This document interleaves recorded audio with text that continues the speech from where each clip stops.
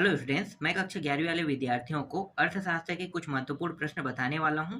ये जो प्रश्न मैं बता रहा हूं, ये प्रश्न आपको परीक्षा बोर्ड में मिल जाएगा और बहुत ज़्यादा चांस है कि अभी आपका जो पेपर बन रहा है, उनमें आपको ये सारे प्रश्न देखने को मिल सकता है।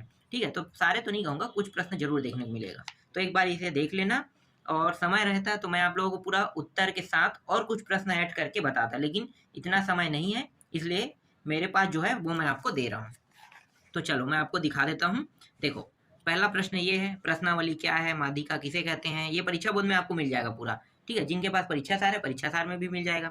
प्रमाप विचलन का सूत्र लिखिए, सहसंबंध का अर्थ लिखिए, भारत में प्रथम सरकारी जनगणना कब हुई थी। ठीक है, ये सरल सरल प्रश्न है। इसके बाद उच्च पैदावार वाली किस्म बीज क्या होते हैं, ये प्रश्न है। इस तरह से ऑपरेशन फ्लड कार्यक्रम से आप क्या समझते हैं, किसी देश में मानवीय पूंजी के दो प्रमुख स्रोत क्या होते हैं, संख्या तथ्यों का समूह है, उदाहरण द्वारा समझाइए, आंकड़ों के विभिन्न प्रकार को स्पष्ट कीजिए, भारत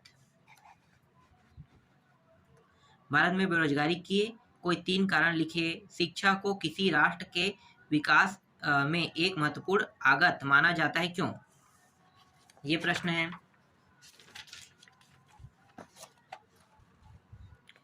इसी तरह से हमें सूचकांक की आवश्यकता क्यों होती है, ये प्रश्न देख लो। ठीक है, यहाँ पे कुछ दिया हुआ है, ये गणितीय प्रश्न, अर्थशास्त्र है तो आपको गणितीय प्रश्न देखने को तो मिलेगा ही मिलेगा। इसी तरह से माध्य विचलन एवं मानक अथवा प्रमाण विचलन में अंतर स्पष्ट कीजिए, स्वतंत्रता के समय भारत के समक्ष उपस्थित प्रमुख आर्थिक चुनौतियों को रेखांकित कीजिए, कह रहे हैं। वे समान विकासात्मक नीतियाँ कौन सी है जिसका कि भारत और पाकिस्तान ने अपने अपने विकासात्मक पथ के लिए पालन किया है। चीन की जनांकीय विशेषताओं को समझाइए, कह रहे हैं। बिंदु रेखी प्रदर्शन की उपयोगिता लिखिए, कह रहे हैं। इस तरह से अथवा में दिया है, प्रश्नावली एवं अनुसूची में अंतर स्पष्ट कीजिए। फिर 20वां प्रश्न इस तरह से गणितीय प्रश्न है, ये इसमें अथवा भी देखने को मिलेगा, ये वाला प्रश्न भी अथवा है। 21वां प्रश्न देखो, तो 21वां प्रश्न में सूचकांक वाला बनाना है, वर्णन करना है, समांतर माध्य के प्रमुख गुण बताना है, और हरित क्रांति क्या है, इसमें इससे किसानों को कैसे लाभ पहुंचा, संक्षेप में व्याख्या कीजिए, और ये है निजीकरण के औचित्य के पक्ष में कोई अच्छा तर्क लिखिए, कह रहे हैं। इसी तरह से ग्रामीण विकास में साख के महत्व को लिखिए, कह रहे हैं। भारत में बेरोजगारी दूर करने के उपायों का वर्णन कीजिए। फिर है मुद्रा स्फीति के प्रभाव और भारत में निम्न स्वास्थ्य के कारणों को समझाइए, कह रहा है। इसके बाद संभावित सेट सेकंड देख लेते हैं, कुछ और महत्वपूर्ण प्रश्न है, इनको भी देख लेते हैं, देख के चले जाना। इसमें सरल सरल पूरा प्रश्न है। समावेशी विधि, अपीकरण का अर्थ है, और ये भारी समूही विधि द्वारा सूचकांक ज्ञात करने का सूत्र लिखिए। निम्नलिखित समंकों के से बहुलक ज्ञात कीजिए, कह रहे हैं। इस तरह दिया हुआ है। भारत में योजना आयोग का अध्यक्ष कौन होता है। औपनिवेश शासकों की आर्थिक नीतियों का मुख्य उद्देश्य क्या था।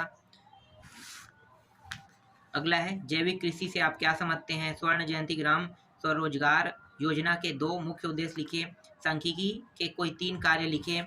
एक अच्छी प्रश्नावली के कोई 3 गुणों को लिखे, कह रहे हैं। ऊर्जा के परंपरागत एवं गैर परंपरागत स्रोतों में अंतर स्पष्ट कीजिए। भारत में कृषि विपणन व्यवस्था में सुधार हेतु कोई 3 सुझाव लिखिए, और ये है भूयिष्ठ के गुणों को लिखिए, कह रहे हैं ना। और इसके बाद ये प्रश्न जो है गणितीय प्रश्न है। फिर यहाँ पे कुछ प्रश्न दिए हुए हैं, देख लो।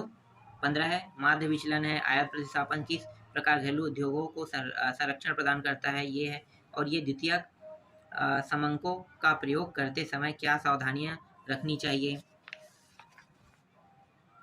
इसी तरह से ये दोनों, ठीक है, ये भी है। और ये 21वां प्रश्न,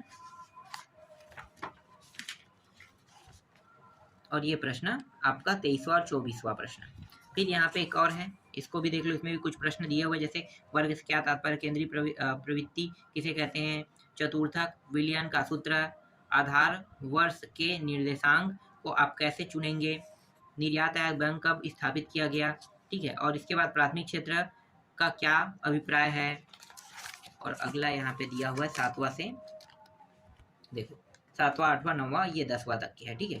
इसके बाद ये 11वां और ये 12वां,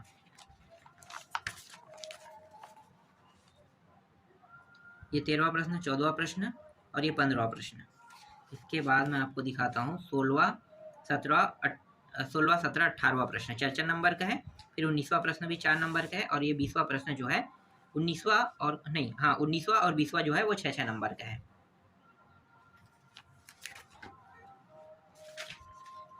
और इसमें अथवा भी प्रश्न दिया हुआ है ये वाला।